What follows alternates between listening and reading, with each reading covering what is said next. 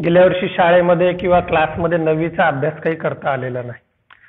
तर सध्याच्या तुमच्या पॅटर्ननुसार ज्या प्रश्नपत्रिका आहे त्या प्रश्नपत्रिकेमध्ये एकच प्रमेय तुम्हाला म्हणजे पूर्वी 3 प्रमेय विचारायचे, परंतु आता एकच प्रमेय तुम्हाला विचारलं जातं. तर या प्रमेयामध्ये फक्त तुम्हाला ते स्टेटमेंट येतं, प्रमेयाचं ते वाक्य येतं की त्रिकोणाच्या एका बाजूला समांतर असणारी रेषा त्या त्रिकोणाच्या 2 बाजूला 2 भिन्न बिंदू छेदत असेल तर ती रेषा त्या बाजूंना प्रमाणात विभागते. बेसिक प्रोपोर्शनॅलिटी थेरम, मराठीतून त्याला प्रमाणाचे मूलभूत प्रमेय असं त्या ठिकाणी म्हणलं जातं. मग परीक्षेमध्ये तुम्हाला फक्त प्रश्न येतो सिद्ध करा आणि त्याच्या पुढे मग ते वाक्य तुम्हाला दिलेलं असतं. मग या वाक्याचे तुकडे पाडले तर त्यानुसार ते वाक्य आपण जर ते तुकड्यामध्ये जर वाचलं, त्रिकोणाच्या एका बाजूला, कारण हा प्रश्न सोडवताना आकृती तुम्हालाच काढायची, पक्ष तुम्हालाच लिहायचंय, साध्य तुम्हालाच लिहायचंय, रचना तुम्हालाच करायची आणि उत्तर लिहून ते सिद्ध करायचंय वाक्य.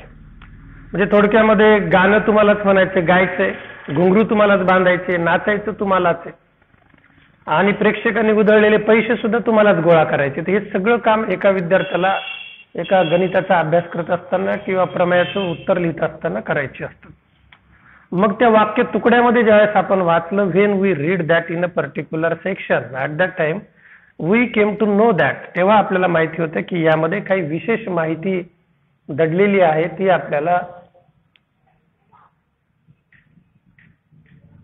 समजावून घेणं अत्यंत जरुरीची राहते. पहिलं वाक्य, त्रिकोणाच्या एका बाजूला समांतर असणारी रेषा, आणि म्हणून त्रिकोण शब्द आलेला आहे. यामध्ये आकृती तुम्हाला काढायची, म्हणून सुरुवातीला आपण आकृती काढूया. त्रिकोण शब्द आलेला आहे म्हणून हा त्रिकोण,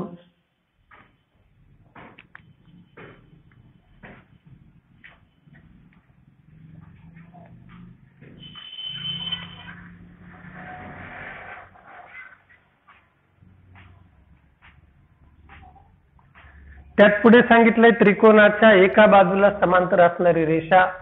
त्या ठिकाणी तुम्ही ही सिद्धता जी आहे तर वेगवेगळ्या 3 प्रकारे तुम्ही करू शकता. त्रिकोणाच्या तिन्ही बाजूला कुठं नाही, आता हे आपण पुस्तकात दिलेली त्या पद्धतीने इथून खाली घेऊया, परंतु इकडच्या बाजूला म्हणजे याचे ऑप्शन मी तुम्हाला आकृती काढण्याचे समजावून देतो की एक जे आहे पहिला ऑप्शन, इथं छोटी आकृती काढतो, इथं तुम्ही समांतर रेषा खालच्या बाजूला दाखवू शकता. दुसरं ऑप्शन आहे इकडून समांतर रेषा दाखवू शकता आणि तिसरं सोडवण्यासाठी इकडून समांतर रेषा दाखवू शकता. अशा 3 वेगवेगळ्या प्रकारे ही सिद्धता तुम्ही करून बघू शकता. त्यापैकी एक पहिली सिद्धता मी आता या ठिकाणी तुम्हाला समजावून देतोय. चला, वादेचा एक प्रश्न आलाय नेहमीप्रमाणे, तो प्रश्न समजावून घेऊया आणि त्याच्या शंकेचं समाधान करूया. काय म्हणतो बेटा? वादेचं असं म्हणणं आहे मधातून रेषा काढायची. तर कशी रेषा आहे ती एकदा समजावून घेऊया. त्रिकोण काढू त्रिकोण. तर वादेच्या म्हणण्यानुसार त्रिकोण काढला. हा त्रिकोण. आता काय करू? इथून का ही रेषा काढली, पण ती कोणत्याच बाजूला समांतर येत नाही ना. वाक्य काय? त्रिकोणाच्या एका बाजूला समांतर असणारी रेषा. काय आता ही आहे की एखाद्या बाजूला समांतर नाही ना, आणि म्हणून ते स्टेटमेंट व्यवस्थित लक्षात घ्यायचं, त्रिकोणाच्या एका बाजूला समांतर असणारी रेषा. तर 3 ऑप्शन आहे, 3 पैकी पहिल्या ऑप्शन वरती आपण सोडूया. दिलेल्या स्टेटमेंट नुसार पहिलं जे आहे तर एका बाजूला समांतर, तर खालच्या बाजूला समांतर आपण ही रेषा काढूया. ही रेषा काढली. तुम्ही पट्टीच्या साहाय्याने आकृती काढा. या ठिकाणी आता ह्या समोर आकृत्या उलट्या दिसतात, त्याच्यामुळे मलाही कन्फर्म होत नाही.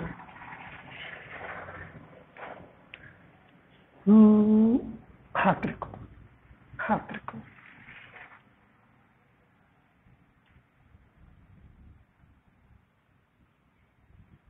ही समांतर रेषा आली का? निखिल कसं काय आलं नाही आपल्या गावाकडून?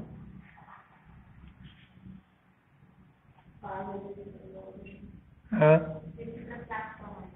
माजलगावला. अरे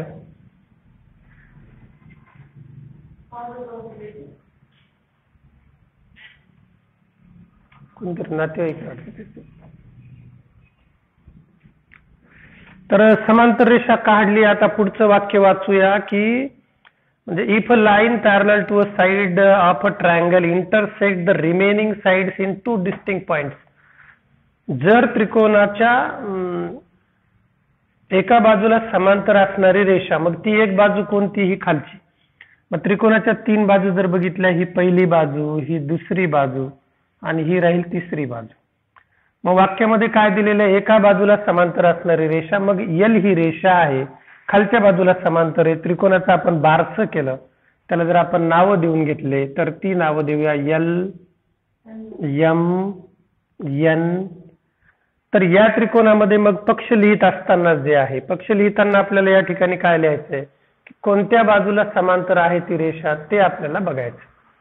मग दिलेल्या वाक्यानुसार त्रिकोणाच्या एका बाजूला तर पहिल्या बाजूला आपण समांतर घेतलेली आहे आणि म्हणून मग या ठिकाणी लिहूया पक्ष, ज्याला आपण म्हणतो गिव्हन. सेमीची मुलं ते मी तुम्हाला त्यावेळेस सांगेल. मग पक्ष मध्ये काय? त्रिकोण LMN मध्ये, LMN मध्ये in triangle LMN simple. L parallel to काय? MN. त्रिकोणाच्या एका बाजूला समांतर असणारी रेषा. आता पुढच्या वाक्यामध्ये सांगितलंय त्रिकोणाच्या इतर 2 बाजूंना म्हणजे रिमेनिंग साइड्स. तर राहिलेल्या 2 बाजू कोणत्या आहे? ही एक बाजू आणि ही एक बाजू. त्रिकोणाला एकंदरीत 3 बाजू असतात, हे आता तुम्हाला इथपर्यंत माहिती आहे.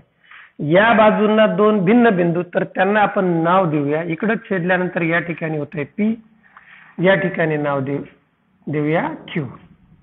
2 भिन्न बिंदू P and Q are 2 distinct points. तर मग आपण इथं लिहूया L समांतर MN आणि काय? L ही रेषा, L ही रेषा बाजू LN ला आलाय का कॅमेऱ्यात? तिकडे LN ला इथे फार अवघड. LN ला Q बिंदू मध्ये छेदते. Q बिंदू मध्ये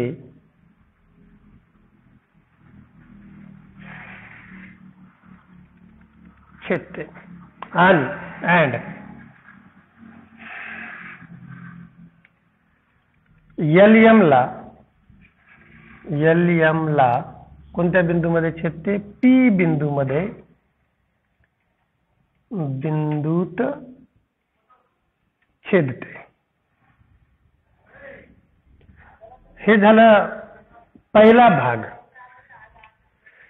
ज्यामध्ये सांगितलंय त्रिकोणाच्या एका बाजूला समांतर असणारी रेषा त्या त्रिकोणाच्या इतर 2 बाजूस 2 भिन्न बिंदूत छेदत असेल तर then the statement is as like if a line parallel to a side of a triangle intersect the remaining sides in 2 distinct points. TWO2 म्हणजे 2, distinct म्हणजे वेगवेगळे. We have taken that particular point as P and Q in 2 distinct points, then the line divides the sides in the same proportion. पुढचं वाक्य then the line divides the sides in the same proportion. मराठीतून आपल्याला म्हणता येईल की तेव्हा ती रेषा त्या बाजूंना समान गुणोत्तरात विभागते. मग रेषेने केलेले जे काही बाजूचे गुणोत्तर आहे, इकडच्या बाजूला जर बघितलं तर या गुणोत्तरामध्ये पहिला पार्ट आपल्याला पाहायला भेटतो, तो आहे LP चा, हा वरच्या बाजूला, भागिले इकडच्या बाजूला हा पार्ट आहे PM. इकडच्या बाजूला जर बघितलं तर हा LQ आहे आणि खालच्या बाजूला काय आहे? QN. आणि म्हणून याच्या स्टेटमेंटमध्ये त्यांचं असं म्हणणं आहे की समान गुणोत्तरात विभागतो. आणि म्हणून मग या ठिकाणी आता आपल्याला पुढच्या पार्टचं लिहायचंय साध्य, ज्याला आपण म्हणतो टू प्रूव्ह. काय सिद्ध करायचं? पक्षाला सेमीच्या मुलांनी लिहायचे गिव्हन. बाकी उर्वरित तुम्ही ट्रान्सलेशन करण्या इतपत सक्षम आहात, तरी मी ते तोंडी तुम्हाला सांगेलच. आणि पुढचं या प्रमेयाचा जो व्यत्यास आहे तो मात्र आपण मग सेमीच्या मुलांसाठी इंग्रजीत घेऊया. टू प्रूव्ह काय सांगितलं? ही रेषा त्या बाजूंना प्रमाणात विभागते. म्हणून वरचा भाग जो इथे LP भागिले खालचा भाग आहे PM बरोबर इकडचा भाग आहे LQ भागिले खालचा भाग आहे QN.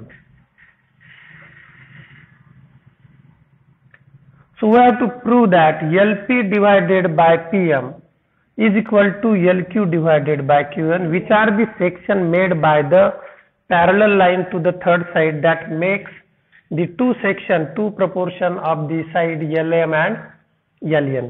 या दोन बाजूंचे दोन भाग करते ते त्या भागाचं जे काही गुणोत्तर येतं ते गुणोत्तर सारखं असतं असं या प्रमेयाचं म्हणणं आहे.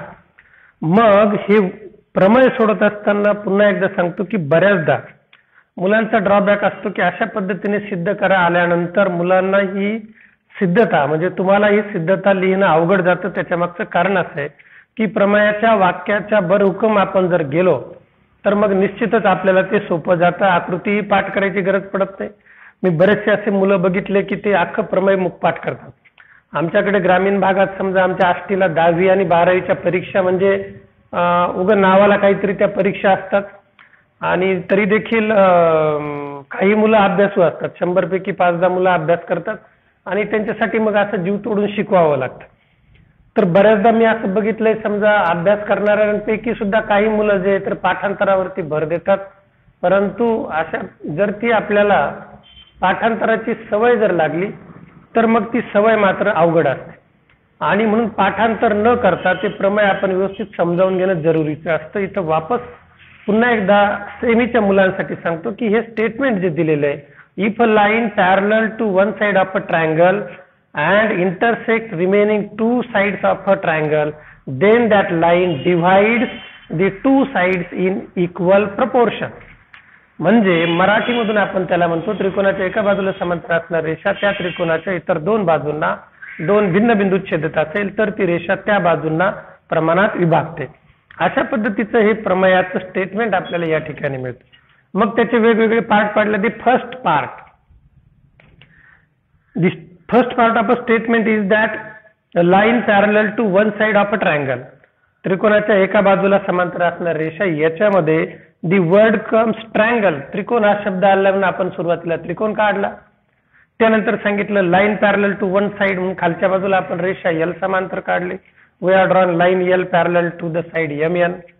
Next one, it is said that line divides in two distinct points, that two sides are divided by two distinct points.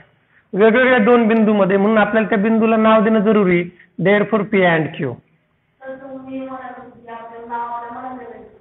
वादेचा प्रश्न असा आहे तर नाव आपल्या मनाने देता येतात का? निश्चितच आपल्या मनाने आपण ते नाव द्यायला पाहिजे. कुठलीही गोष्ट असेल तुमची असेल तुम्ही तयार केलेली तर त्याला तुम्ही नाव द्यायचं. इतर कोणाला विचारायचं नाही की काय नाव देऊ वगैरे अशा पद्धतीने काही विचारायची गरज नाहीये. तुम्ही बिनधास्त त्याला नाव देऊ शकता.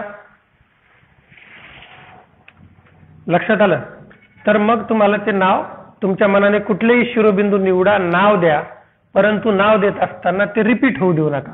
LMN दिले आणि इथं पुन्हा LM दिले तर मग मात्र तुम्हाला ते अवघड जाईल. वेगवेगळी नावं द्या आणि नावं देत असताना शिरोबिंदू हे कॅपिटल लेटर मध्ये द्या, स्मॉल लेटर मध्ये शिरोबिंदू द्यायचे नाही.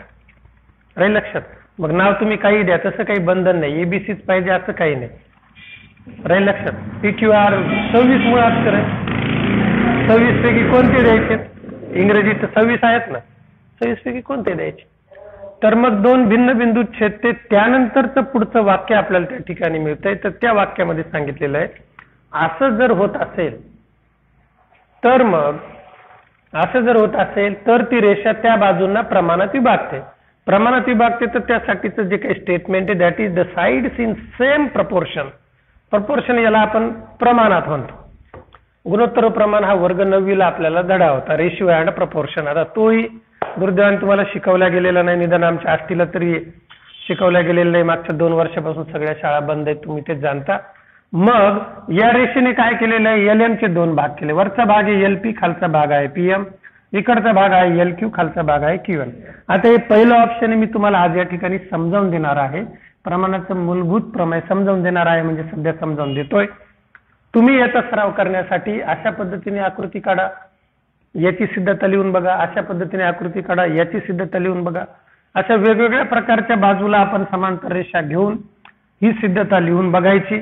त्या वाक्यानुसार ते लिहून घेतल्यानंतर पुढचं कॉमाच्या नंतर तर इंग्रजीतून तिथं आलेलं असतं then, THEN. The statement after then, that is then the line divide the sides in the same proportion. मराठीतून त्या ठिकाणी तर हा शब्द आलेला असतो की रेषा त्या बाजूंना प्रमाणात विभागते. मग त्याला आपण समजायचं हे काय आहे, साध्य, म्हणजे जे आपल्याला त्याच्यातलं उत्तर शोधायचं आहे. आणि म्हणून मग ते साध्य लिहून घेतलं. आता सिद्धता लिहित असताना कशा पद्धतीने सिद्धता लिहायची ते बघा. कोणीही लिहून घेऊ नका, व्यवस्थित समजावून घ्या. सिद्धता मेन पॉइंट. आणि आता ते लिहितो सिद्धता मी ब्लॅक इंक मध्ये, म्हणजे मग आपल्याला ते क्लिअर होईल. सिद्धता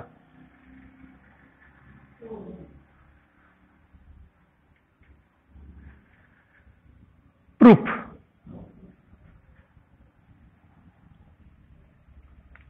तर ऍज शोन इन फिगर नेहमीप्रमाणे that is the tagline of geometry we can say when you are going to solve the example. उत्तर सोडवताना सुरुवातीला तुम्हाला या ठिकाणी लिहायचं ऍज शोन इन फिगर. हे आपण मराठीतून सोडवतोय म्हणून आकृतीत दाखविल्याप्रमाणे. आता भूमितीमध्ये काय केलेलं आहे की तुम्हाला काही अवघड किंवा क्लिष्ट प्रश्न असेल तर त्याची रचना प्रश्नामध्येच खाली दिलेली असते, टिप. परंतु काही वेळेस अशा पद्धतीने प्रमेयाची सिद्धता करायची असेल तर याची रचना करताना तुम्हाला, म्हणजे या सिद्ध करताना काही रचना करायच्या असतात. Good morning, let it's me आडे, I have got that message, please do not disturb me. शिकवताना डिस्टर्ब करू नका. तुम्ही सर्वजण मला शुभेच्छा देतात, त्या सर्वांचा मी सहर्ष स्वीकार करतो. आणि शिव्या दिल्या तरी सहर्ष स्वीकार करतो, कारण शिक्षकाला ते करावंच लागतं. लेकरू कडेवर घेतलं, अंगा खांद्यावर घेतलं आणि लेकराने जर अंगावरती लघवी केली तर आपण लेकराची लघवी कापून टाकत नाही, असे आमचे बाबा मला नेहमी सांगतात. आणि म्हणून तुम्ही दिलेल्या शुभेच्छांचा स्वीकार, परंतु इथं प्रत्येकाचं नाव घेऊ शकत नाही. वेळ फक्त 40 मिनिटं आहे. 5-10 मिनिटं तुम्हाला सर्वांना जॉईन करून घेण्यामध्ये जातात. काही वेळेस काही मुलं ऑनलाईन क्लासेसमध्ये गोंधळ घालतात. आज आपला लास्ट बट वन क्लास आहे, कारण शनिवारी उद्या क्लास झाल्यानंतर रविवारी सुट्टी आणि सोमवारपासून आम्ही ऑफलाईनला सुरुवात करत आहोत. आणि म्हणून पर्यायाने आपल्याला हे ऑनलाईन क्लासेस जे तर हे बंद करावे लागतील, कारण दोन्ही एकदाच शिकवणं होत नाही. आता सध्या इथं ऑफलाईनला 2 जण बसलेले आहेत, तर सोमवारपासून आम्ही ऑफलाईन सुरुवात करतोय. तुमच्याबरोबरचा इतक्या दिवसाचा प्रवास अतिशय चांगला होता किंवा चांगला आहे उद्यापर्यंतचा. तर तोपर्यंत गुड मॉर्निंग बेटा. सृष्टी खूप खूप धन्यवाद. सर्वांच्या सुप्रभातच्या गुड मॉर्निंगच्या शुभेच्छा मिळालेल्या आहेत. माझ्याकडूनही तुम्हाला आजच्या सुंदर दिवसाच्या खूप खूप शुभेच्छा. फक्त अभ्यासाकडे लक्ष द्या. बघूया आता उत्तर लिहिताना या ठिकाणी आकृतीत दाखविल्याप्रमाणे असं लिहून घ्यायचंय. मग रचनाचे 2 प्रकार राहतात. काही वेळेस तुम्हाला प्रश्न सोडवायच्या सुरुवातीलाच लक्षात आलं की रचना काय करायची, तर तुम्ही साध्याच्या नंतरही रचना लिहू शकतात किंवा सिद्धतेमध्येही रचना लिहू शकतात. आता एवढ्या याच्यामध्ये आपण काही सिद्ध करू शकत नाहीत. इकडचं गुणोत्तर आणि ज्यावेळेस त्रिकोणाच्या बाजूचं गुणोत्तर म्हणलं की आपण याच्या अगोदर 4 गुणधर्म शिकलेलो आहोत. मग त्या 4 गुणधर्मावरून आपल्या काय लक्षात आलं, जर त्रिकोणांच्या पायान उंची असली वेगवेगळी जर असेल तर पहिला गुणधर्म आहे जो आपण मागच्या 2-3 आठवड्यापासून सतत म्हणून घेतला, कोणत्याही 2 त्रिकोणांच्या क्षेत्रफळांचे गुणोत्तर हे त्यांच्या संगत पाया गुणिले उंचीच्या प्रमाणात असते, उंचीच्या गुणाकाराच्या प्रमाणात असते. गुणधर्म क्रमांक 2 समान उंची असणाऱ्या त्रिकोणांच्या क्षेत्रफळांचे गुणोत्तर त्यांच्या संगत पायांच्या प्रमाणात असते. गुणधर्म क्रमांक 3 समान पाया असणाऱ्या त्रिकोणांच्या क्षेत्रफळांचे गुणोत्तर त्यांच्या संगत उंचीच्या प्रमाणात असते. गुणधर्म क्रमांक 4 समान उंची व पाया असणाऱ्या त्रिकोणांच्या क्षेत्रफळांचे गुणोत्तर हे त्यांच्या एकमेकांच्या समप्रमाणात असते. अशा पद्धतीचा हा 4था गुणधर्म होता. आणि मग इथं आपल्याला त्या प्रमाण आणण्यासाठी त्रिकोण आणणं जरुरी आहे. या आकृतीमध्ये बघितलं तर सध्या परिस्थितीमध्ये आपल्याला 2 त्रिकोण पाहायला भेटतात. एक आहे LPQ आणि दुसरा आहे LMN. मग त्यासाठी आपण एका शिरोबिंदूचं जर निवड केली Q ची आणि हा MQ जोडून घेतला. नीट बघा काय केलेलं आहे, बिंदू M आणि Q मी जोडून घेतलेली आहे. या ठिकाणी लिहिलं रचना, कारण सिद्धतेला सुरुवात केल्यानंतर तुमच्या असं लक्षात आलं की आपल्याला या ठिकाणी काहीतरी रचना करावं लागेल. रचनेला इंग्रजीतून सेमीच्या मुलांनी लिहायचंय कन्स्ट्रक्शन. काय रचना केली, join point M and Q असे लिहायचंय. सध्या मराठीतून लिहितो, बिंदू M व Q, बिंदू M व Q जोडून घेतले आहेत. जोडून घेतले आहेत. हा, इंग्रजीतून तुम्हाला लिहायचं, you may write as join point M and Q. M आणि क्यू ला जोडून घ्या. अनंता थेटे, अंतरा थेटे, गायत्री कदम, आमच्या गायत्री सुरपिंपरी.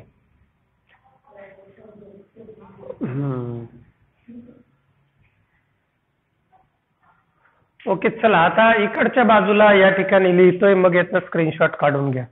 तर बिंदू MOQ जोडून घेतल्यानंतर या ठिकाणी आता नेहमीप्रमाणे अगदी सुरुवातीला धड्याला सुरुवात केली तेव्हापासून मी तुम्हाला सांगतो की याच्यातले भाग आपण वेगळे काढून घ्यायचे.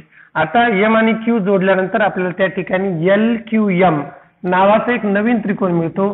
तो त्रिकोण मी या ठिकाणी काढतोय. बोर्डवर इथं काढलेल्या सरळ रेषा तुम्हाला मात्र तिरप्या दिसतील, कारण मोबाईलचं स्टँड जे आहे ते तिरपं आहे. ते नाचता येणं अंगण वाकडे तसा प्रकार व्हायला लागलाय. आणि मी इथं जे तुम्ही युट्यूबवरती बघितलं असेल व्हिडिओ, मी इथं तुम्हाला जे शिकवतोय ते माझ्या मोबाईलमध्ये उलट रेकॉर्ड होतं. म्हणजे स्क्रीनवरती ऑटोमॅटिक हे सगळ्या आकृत्या उलट्या असतात. म्हणजे मला हे उलट बघून इथं सुलट लिहायचं असतं. असं बरंचसं काही लिखाणाचा प्रॉब्लेम आहे. सो Q हा शिरोबिंदू आहे, म्हणून वरती आपण लिहूया Q. थोडासा कॅमेरा मोबाईलच्या वरती घेतो. Q.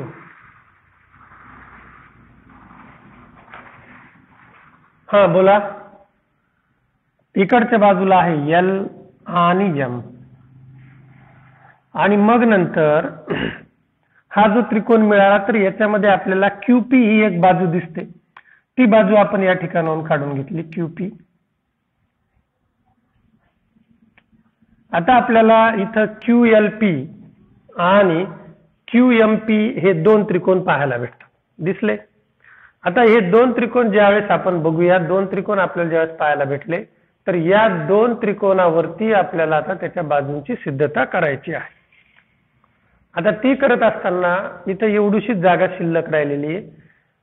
कुठलाही अशी जर रेषा असेल आणि या रेषेवरती एकाच शिरोबिंदूतून असे आपण, आता ते मी तुम्हाला रेड इंकने दाखवतोय.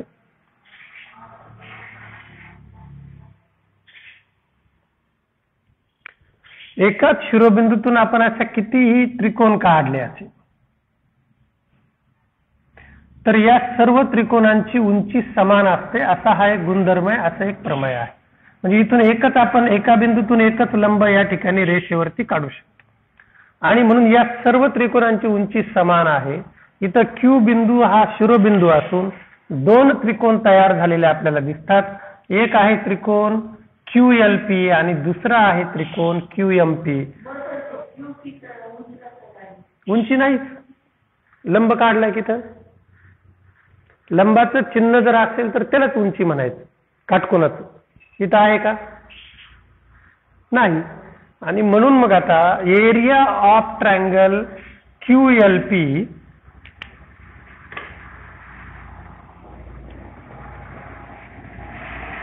इन ट्रायंगल QLM, नाही मराठी, त्रिकोण QLM मध्ये काय आहे? Area of triangle QLP divided by त्रिकोण QLP चे क्षेत्रफळ भागिले त्रिकोण QMP चे क्षेत्रफळ बरोबर. आता दोघांची उंची समान आहे म्हणजे निश्चितच आता त्यांचं क्षेत्रफळ पायाच्या प्रमाणामध्ये असेल, म्हणजे पायाच्या प्रमाणात असते हे आपल्याला माहिती आहे. आता इथं कोणती बाजू भागिले कोणती बाजू येईल सांगवा दे.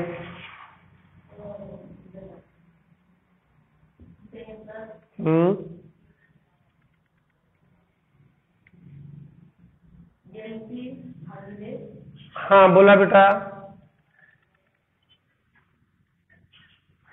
तिकडं रेंज कमी असेल बेटा, मोबाईलची रेंज कमी असल्यानंतर मग स्क्रीन दिसत नाही.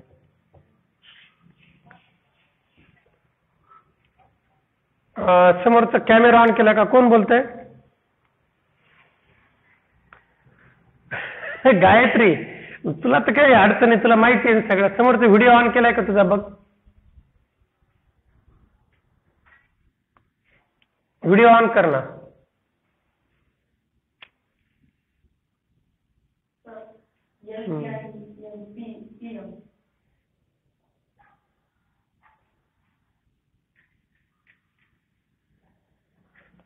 चला, वादेचं उत्तर आलेलं आहे.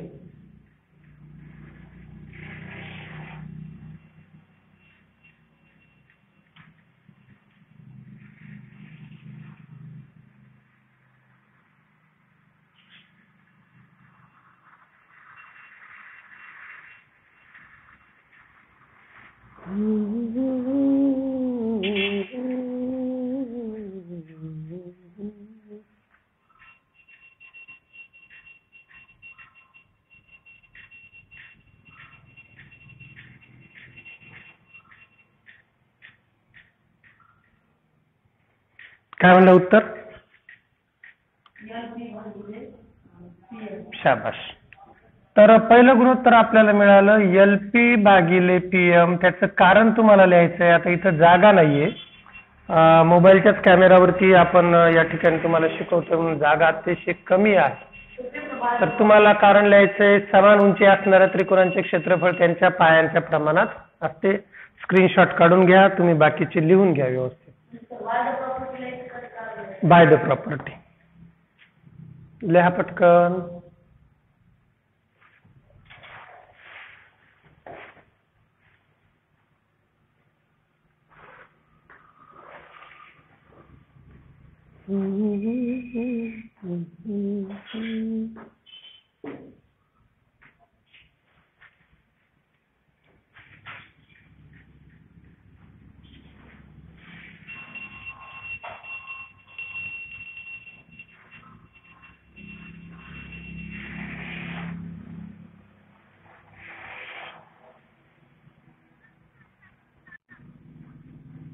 ओके.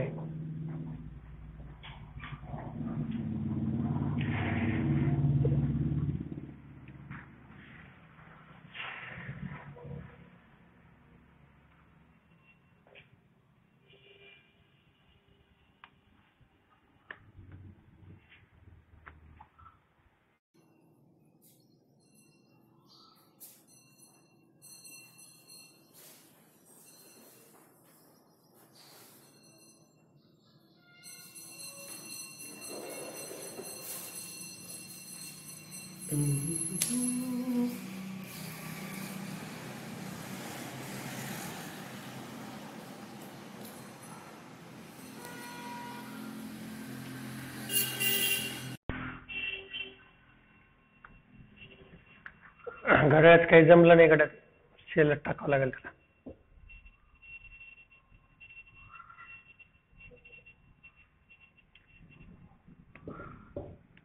पांडुरंग कांती दिव्य तेज झळकती.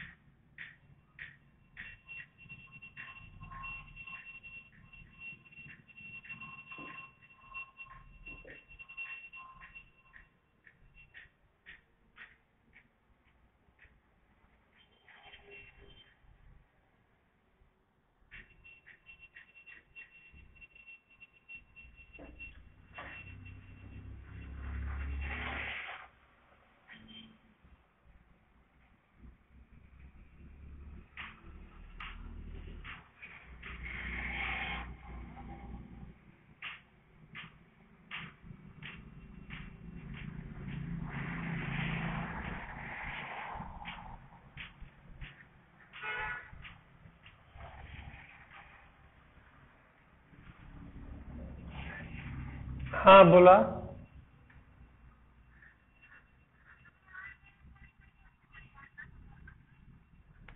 नाही, माझ्या ऑफलाईन बॅचेस आता सुरू होतील ना.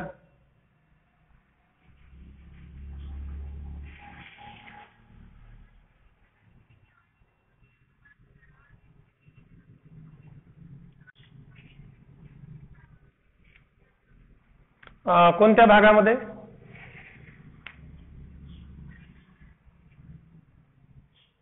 ऋतुजा बोलतोय का? ऋतू काय होतं माहितीये का ऋतू, ऑफलाईनला खूप मुलं राहतात. आता बरेच जण गावाकडे आहेत आणि आता सोमवारी सुरू करायचं म्हणल्यावरती सगळे येतील ना, आणि ऍट ए टाइम दोन्ही एकदाच नाही शिकवता येत. इथं काय होतं आपल्याकडे, मी जे सध्या तुम्हाला शिकवतोय तर समोर मोबाईल आहे आणि मोबाईलला जो कॅमेरा आहे त्या कॅमेरावरती तुम्हाला शिकवलं जातं उलट सगळं. आणि इथं मी जे समोर तुम्हाला दिसतंय ना बोर्डवरती, तर मला समोर हे सगळं उलट दिसतंय आणि मी इथं लिहितो ते इथं उलट राहत. आणि मग असं समोर इथे एक असं स्टँड तयार केलेलं आहे, एक लाऊडस्पीकरचा माईक नसतो का, आणि त्याच्यामध्ये एक ग्रिप टाकून इथं हा मोबाईल ठेवलेला आहे. मग समोर विद्यार्थी राहतात खूप आणि मग त्यांना पण बघायला अडचण येते. तर ऑनलाईन बॅच साठी जे तर तितके ऍडमिशन येत नाही ना, मग तेवढे ऍडमिशन असले तर मग सुरू करता येतं. बघूया जर असे एक 15 जण जरी झाले समजा तुमचे ऑनलाईनचे, तर मग रेग्युलर तुम्हाला टाइम देता येईल दुपारून समजा 5च्या नंतर, कारण दिवसभर बॅचेस राहतात. सकाळी 7 वाजता सुरुवात होते तर संध्याकाळी रेग्युलरला तर 8:30 पर्यंत. मग सध्या तर राहतीलच तेवढ्या बॅचेस कमी अधिक. तर दुपारून समजा 5 ते 7 सायंकाळी तुमच्यासाठी वेळ काढता येतो, पण मग तेवढे ऍडमिशन होणं जरुरी आहे. बघूया काहीतरी सोल्युशन, उद्यापर्यंत विचार करतो मी, काही मार्ग निघतो का. आज एक जर 15 जण जर तुम्ही झाले ऑनलाईन साठी समजा, तर मग सायंकाळी 5 ते 7 या वेळेमध्ये 2 तास शिकवता येतं.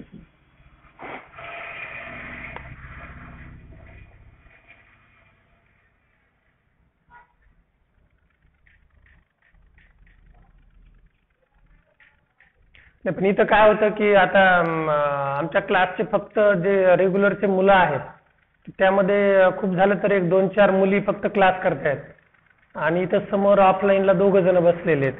बाकीचे सगळे खेडोपाडी राहतात आणि घरात एकच मोबाईल असतो आणि सकाळच्या वेळेस क्लास असल्यामुळं मग त्या मोबाईलवरती त्यांना ते शक्य होत नाही. आणि बहुतेक शेतकरी कुटुंबातून आलेली मुलं आहेत, तर महिन्याकाठी एवढं 300 रुपयाचं रिचार्जही बरेच जण टाकू शकत नाहीत. त्यामुळं क्लासची फक्त 4-5 मुली फक्त क्लासला आहेत रेग्युलरच्या, बाकी तुम्ही सगळे बाहेरचे विद्यार्थी आहेत.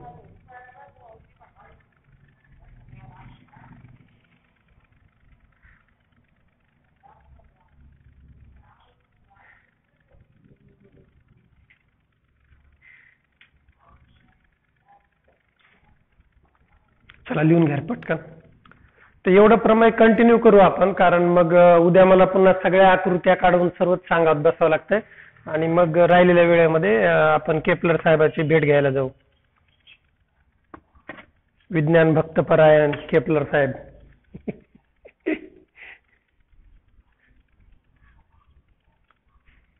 काल कसा पाऊस आला वादी दुपारी बदाबद.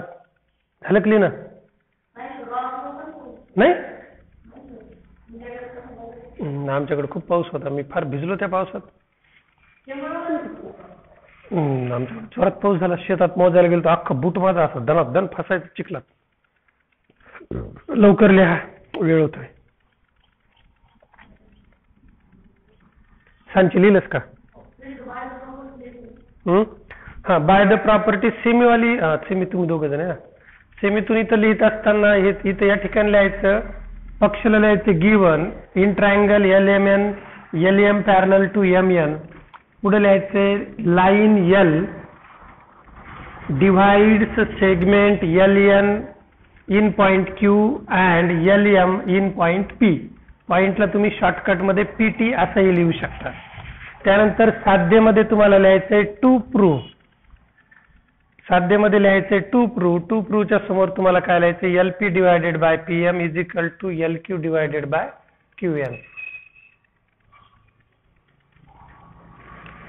नंतर सिद्धता प्रूफ आकृतीत दाखविल्याप्रमाणे. तर इंग्रजीतून तुम्हाला लिहायचं as shown in figure, SHOWN, as shown in figure. नंतर खाली रचना कन्स्ट्रक्शन मध्ये लिहायचंय बिंदू M आणि Q joining point M and Q. त्यानंतर पुढे लिहायचंय ही आकृती काढल्यानंतर in triangle QLM area of triangle ती आहे लिहिलेली, LP बाय PM सेमीच्या मुलांनी मात्र जो गुणधर्म आहे तो गुणधर्म लिहिताना तुम्हाला तो गुणधर्म लिहायचा आहे इंग्रजीतून. बाय द प्रॉपर्टी या ठिकाणी लिहायचंय, by the property areas of any two triangle with same height is in equal proportion of their respective bases, म्हणून LP बाय PM. त्याला द्या इक्वेशन नंबर 1, समीकरण क्रमांक 1. झालं लिहू? आधी लिहिलंच का? सांग ना मग पटकन. चला तर आता हे सर्व पुसून टाकतो. एक गुणोत्तर आपल्याला प्राप्त झालेला आहे.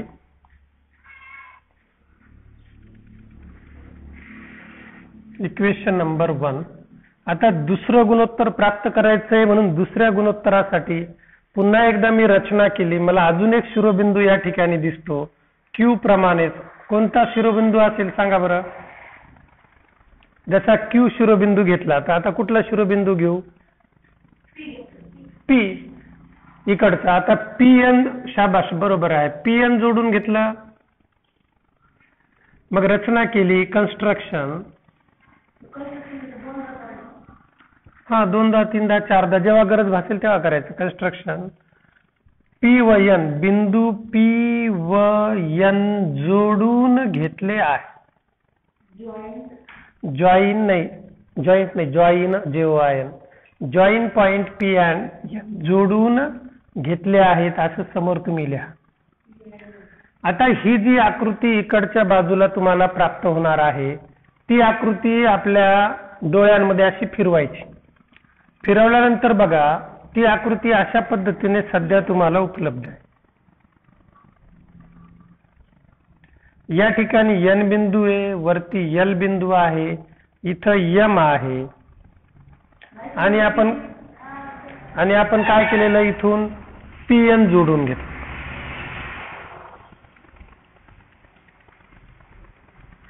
दिसली आकृती? आता ही आकृती आपण उंची पायाच्या स्वरूपात हिला फिरवलं, रोटेट केलं. जसं मोबाईल मध्ये तुम्ही डिजिटल प्लॅटफॉर्म वरती रोटेट करता आणि असे रोटेट करून घेतली. वाकडे तिकडे फोटो तुमचे मित्रमैत्रिणीचे तुम्ही सरळ करून बघतात, आणि तशा पद्धतीने मग आता आकृती सरळ करायची. वरचा शिरोबिंदू कोणता याच्यासाठीचा? N. इथून इथं कोणती बाजू आहे? P. मग इकडून NLP, मग N या ठिकाणी L आणि P, आणि इकडून NMP, NMP. आणि म्हणून मग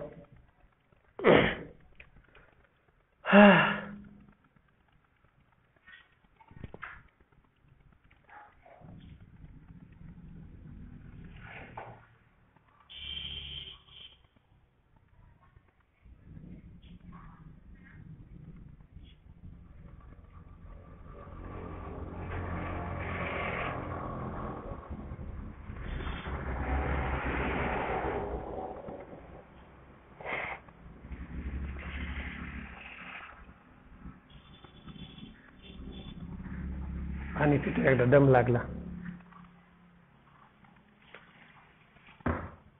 पिऊ का?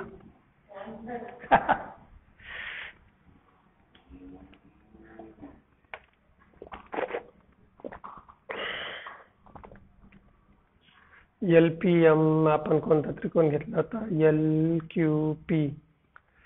आता इकडून N जोडल्यानंतर P शिरोबिंदू घ्यावा लागेल. आपण कोणता शिरोबिंदू घेतला? N.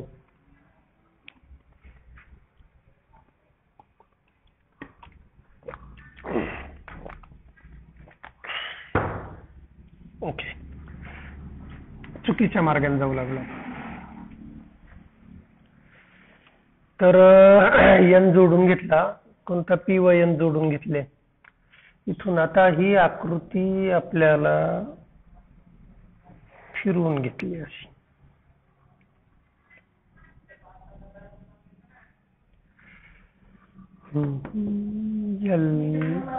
अरे मग कधी म्हणतो तू? पटकन सांगायचं वाघा.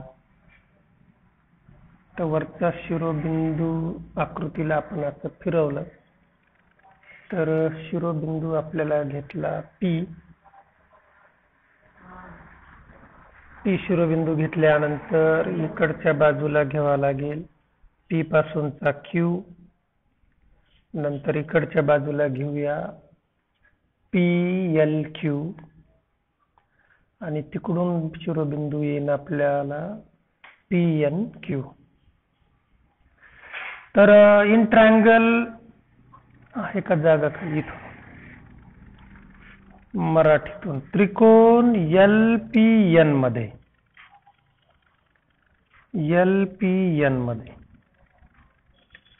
वरच्या बाजूचा त्रिकोण जर बघितला तर तो आहे आपल्याला LPQ. Area of triangle LPQ भागिले divided by area of triangle PNQ.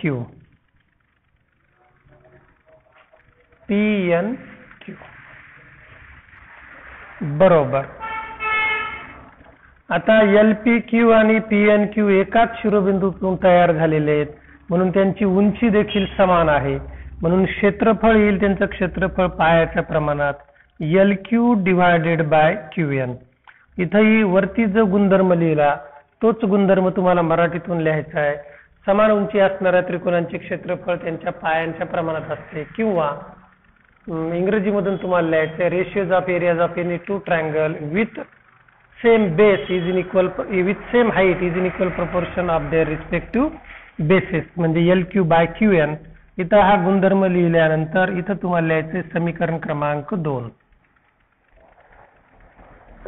आता निळ्या शाईने लिहितो म्हणजे तुम्हाला सर्वांना नसता हिरव्या शाईने लिहितो वेगळे पण इथं एवढी जागा आपल्याला शिल्लक आहे. आता समीकरण 1 आणि 2 चे ज्यावेळेस आपण निरीक्षण जर केलं तर उजवी बाजू आपल्याला प्राप्त झालेली LP बाय PM, डावी बाजू प्राप्त झालेली LQ बाय QN. त्यामध्ये जर आपण निरीक्षण केलं तर या ठिकाणचा वरचा त्रिकोण आहे QLP तो इथं काढतोय मी QL आणि P. आता दुसरा इथला अंशामधला त्रिकोण कोणता आहे LPQ तो इथं काढतोय.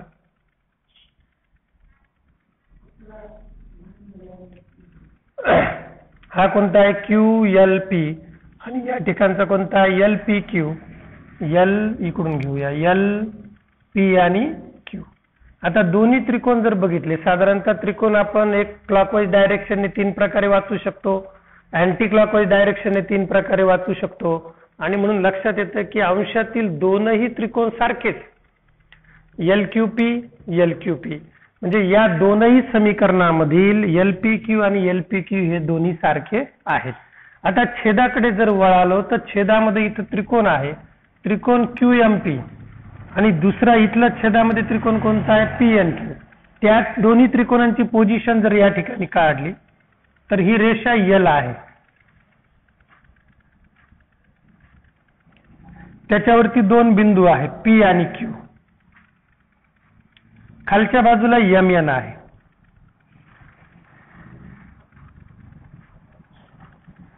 आणि अगदी सुरुवातीलाच आपण लिहिलेलं आहे की L रेषा MN ला समांतर आहे. मग Q ज्यावेळेस M ला जोडून घेतला PM ऑलरेडी जोडलेला आहे आणि P ज्यावेळेस N ला जोडला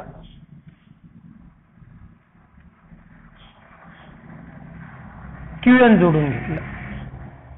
आता या दोन्ही त्रिकोणांचं आपण जर निरीक्षण केलं PNQ दुसरा त्रिकोण या ठिकाणी QM आणि P. तर दोन्हीच्या निरीक्षणामध्ये आपल्या असं लक्षात येतं की हे दोनही त्रिकोण 2 समांतर रेषेमध्ये बद्ध झालेले आहेत आणि म्हणून त्या दोनही त्रिकोणांचं क्षेत्रफळ काय आहे समान आहे. PNQ जर आपण वाचला PNQ या पद्धतीने PNQ हा एवढा भाग आपल्याला दिसतो.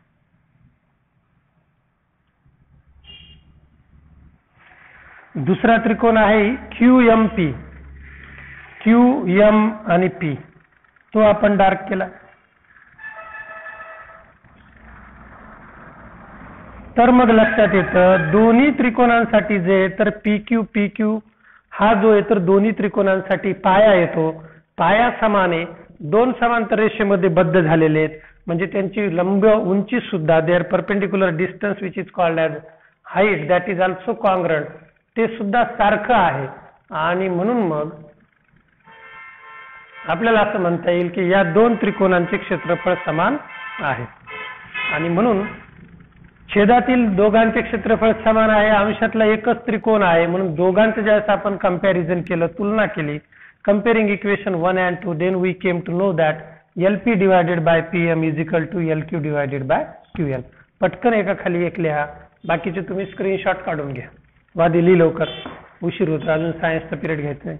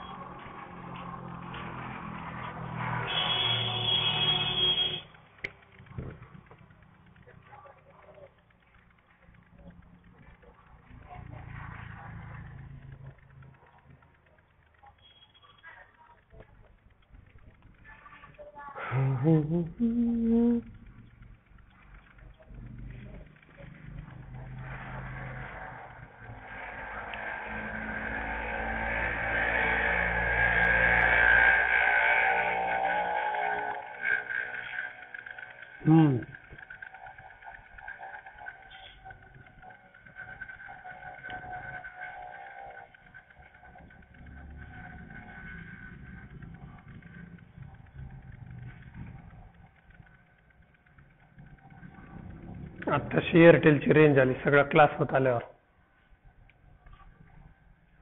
हा बोला बेटा.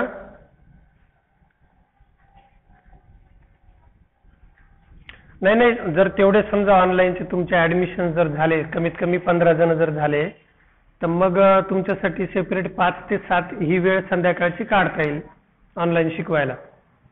परंतु सध्या कसं आता सोमवारी ऑफलाईन सुरू करायचंय आणि याच वेळेमध्ये म्हणजे सकाळी 8 ते 10 10वीचा क्लास असतो. दोन्ही एकदाच ऑफलाईन आणि ऑनलाईन नाही शिकवणार, ऑनलाईन साठी सेपरेट बॅच घ्यावी लागते. आता बघ ना, ऑफलाईनला इथं 2 जण बसलेले, त्यांना लिहिण्यापर्यंत तुम्हाला थांबावं लागले की नाही, असं मग ते डिस्टर्ब होते बॅच. नाही, सोमवारपासून.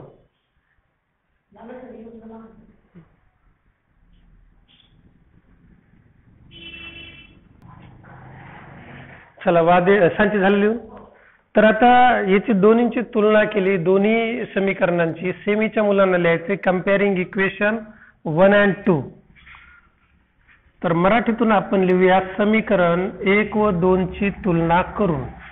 तुलना केली आणि मग असं लक्षात आलं, जे आपण आता सिद्ध केलेलं आहे, की अंश आणि छेद डाव्या बाजूचा सारखाच आहे आणि म्हणून कंपेअरिंग इक्वेशन 1 and 2, समीकरण 1 व 2 ची तुलना करून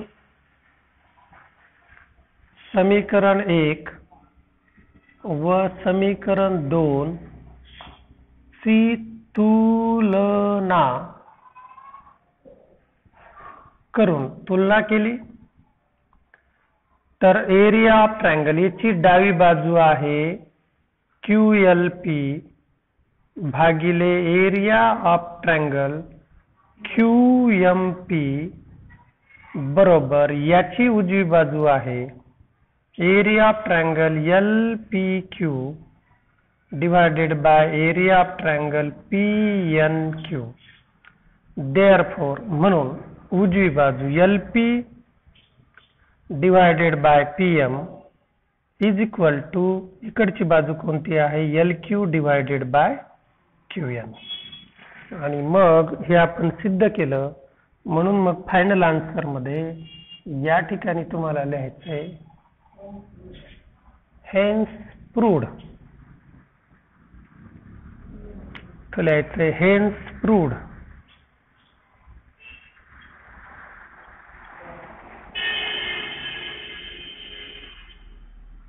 मराठीतून लिहायचे डावी बाजू बरोबर उजवी बाजू सिद्ध झाले.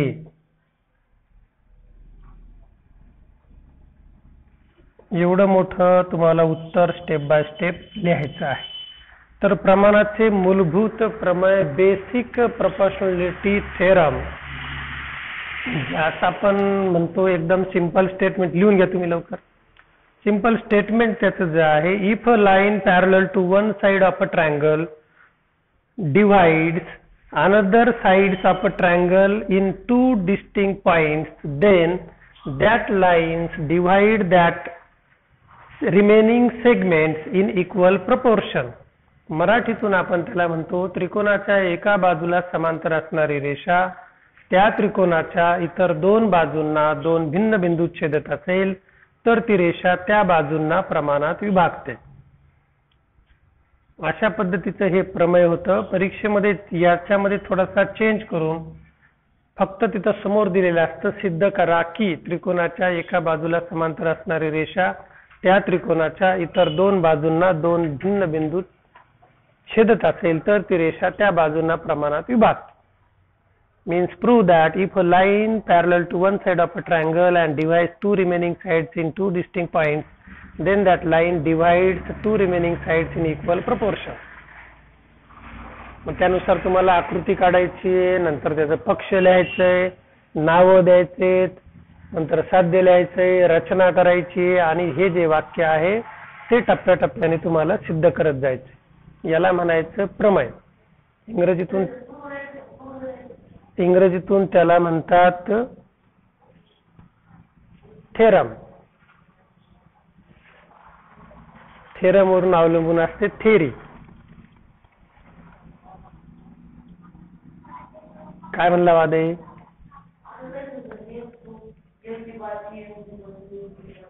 चालेल. तू काही लिहिलं तर मी बोर्डात जाऊन सांगेल की वादेचं आमचं बरोबरच घ्या म्हणून. चालेल. तुझ्या पेपर बरोबर आपण एक चिठ्ठी जोडू. मैंने जो कुछ लिखा वो सही लिखा. तिकडून तुमच्या गल्लीतून रस्ता झाला खंडेश्वरापर्यंत? रस्ता झाला का व्यवस्थित? झाले.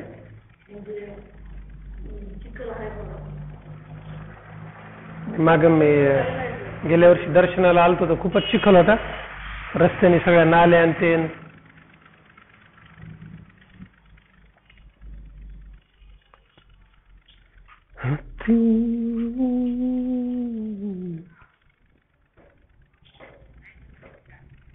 झालं. स्क्रीनशॉट काढला सर्वांनी. तुम झालं दोघांचं लिहून?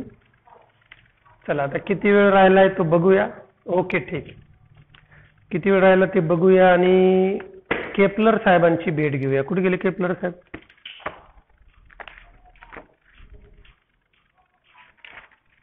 केपलर साहेबांकडे जाऊया.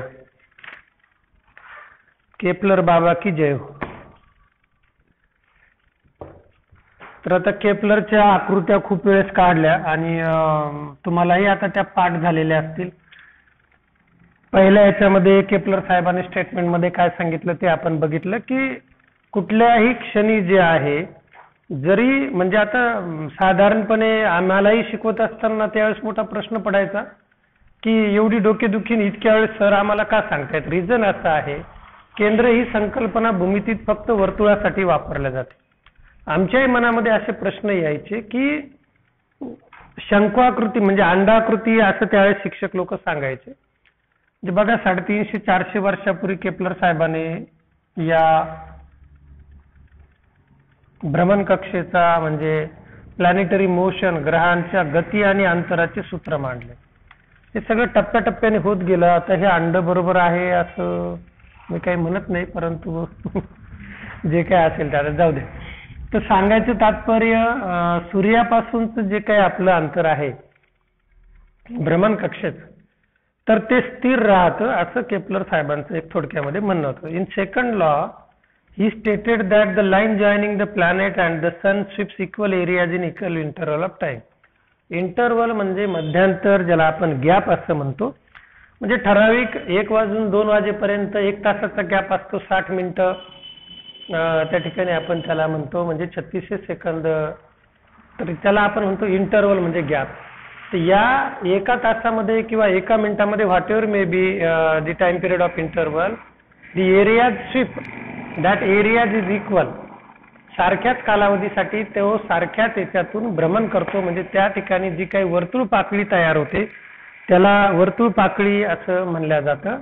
सेक्टर ऑफ सर्कल त्याला आपण इंग्रजीतून म्हणतो.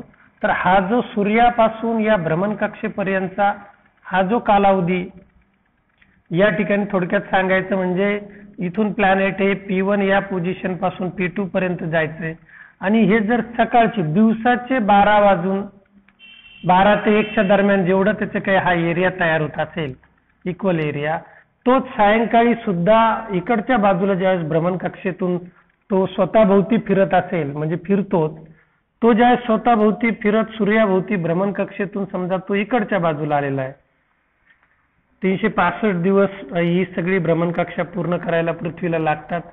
हे तुम्हाला भूगोलाच्या पिरियडमध्ये सन्माननीय गुरुजन वर्गाने शिकवलेलं आहे. आणि तोच एरिया जो आहे अशा पद्धतीने प्रत्येक वेळेस सेम राहतो असं केपलर साहेबांनी सिद्ध केलेलं आहे. तुम्हाला याची सिद्धता दिलेली नाहीये पूर्णपणे, इथं फक्त स्टेटमेंट आणि थोडंसं एक्सप्लेनेशन दिलेलं आहे. आता तुम्ही लिहा Kepler third law of motion. For that तुम्हाला त्यासाठी प्रश्न लिहून घ्या. क्वेश्चन नंबर जो काही असेल तो, state Kepler third law of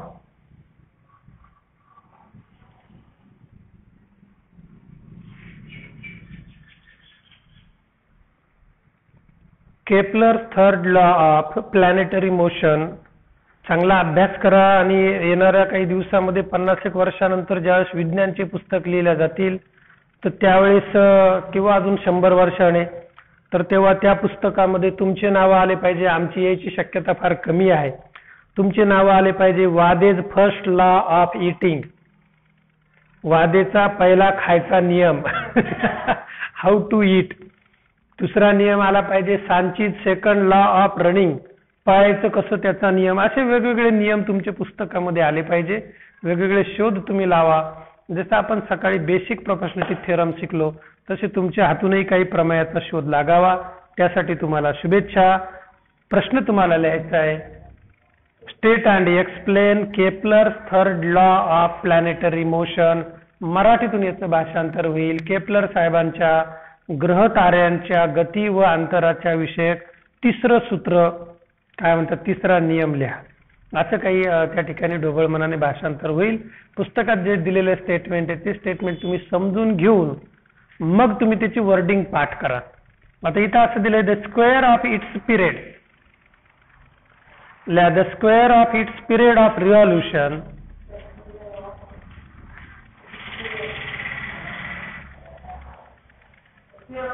the square SQUARE square म्हणजे वर्ग ऑफ इट्स पिरियड, लिहिलं, square of its period of revolution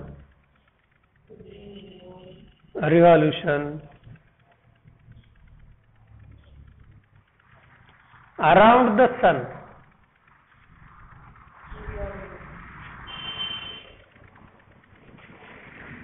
या नियमाचा पहिला पार्ट असा आहे, the square of its period of revolution around the sun is directly proportional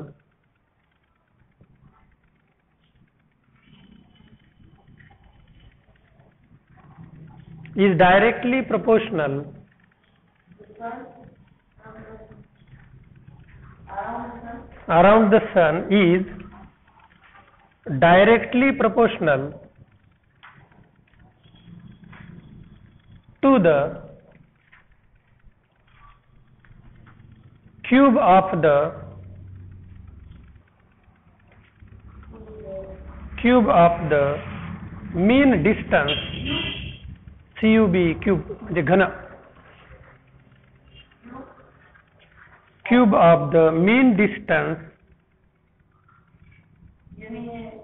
MEAN mean सरासरी mean distance of a planet from the sun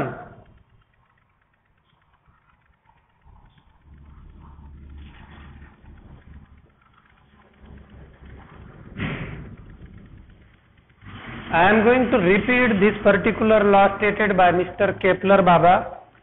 Kepler-Baba states that the square of its period of revolution around the sun is directly proportional to the cube of the mean distance of a planet from the sun. To understand this law, we should know the clear-cut figure of the revolution and rotation of Earth, Sun and Moon. Revolution म्हणजे काय, rotation म्हणजे काय, and the total time period, square of the time period is directly proportional to the cube of the distance. Means t square is directly proportional to r cube असं त्याला म्हणलं जातं. आता r हा त्रिज्येसाठी वापरतात आणि इलिप्स मध्ये त्रिज्या हा असा काही प्रकार नसतो अंडाकृती भ्रमण कक्षेमध्ये. तर ते आपण अगोदर समजावून घेऊ आणि नंतर या नियमात काय सांगितले ते बघूया. सर्वात सुरुवातीला फक्त आपले हे तिघच जण सन सूर्य, देन अर्थ तिसऱ्या क्रमांकाला आणि अर्थचं सब प्रॉडक्ट ज्याला आपण natural satellite of earth is non as moon. The word comes revolution.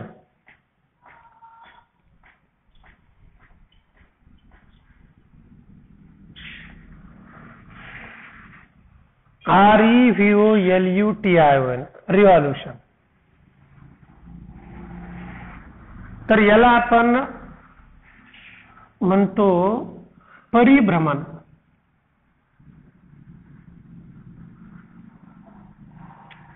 मराठीतून याच्या जवळचा हा वादे काय म्हणतो,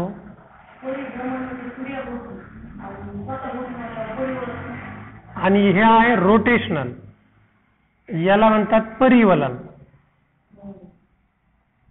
भूगोलामध्ये. आता हे दोन समजावून घेऊया. पहिल्यांदा रिव्हॉल्युशन म्हणजे काय की पृथ्वी earth rotates about it axis. पृथ्वी तिच्या अक्षाभोवती फिरते. From geography the knowledge I have got in school, and the axis of rotation of earth is slightly inclined.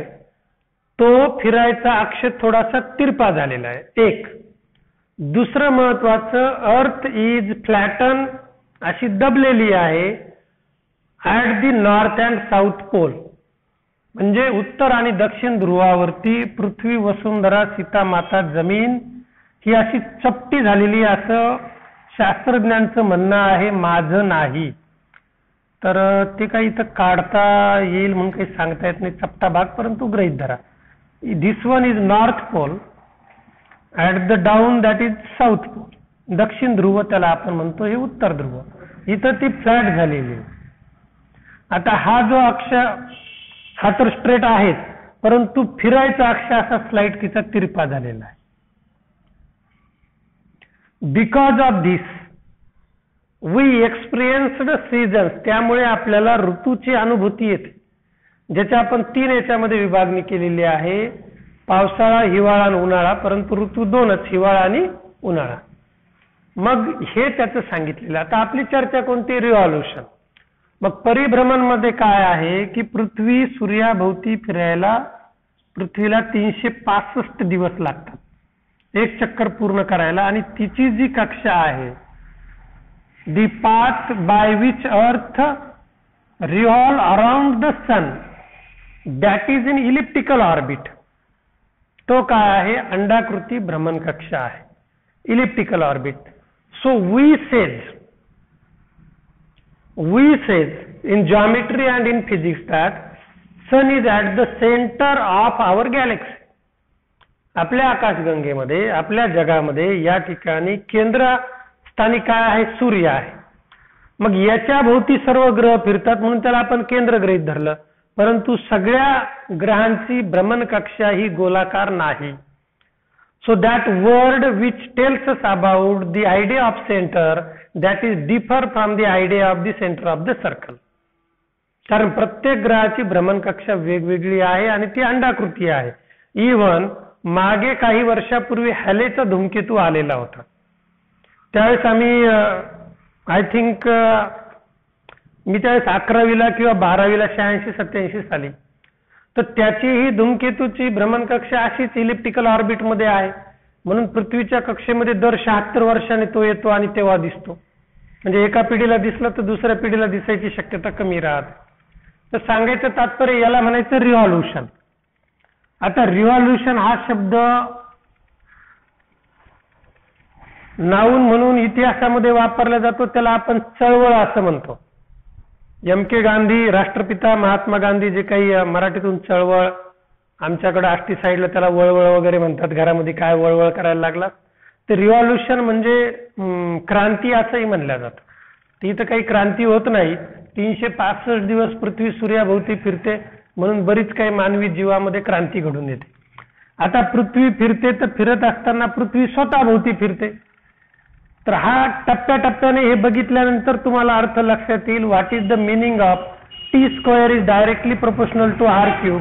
In the third statement, Mr. Kepler Baba clearly stated that the square of the time period of revolution of the planet around the sun is directly proportional to the cube of the average distance of that planet from the sun.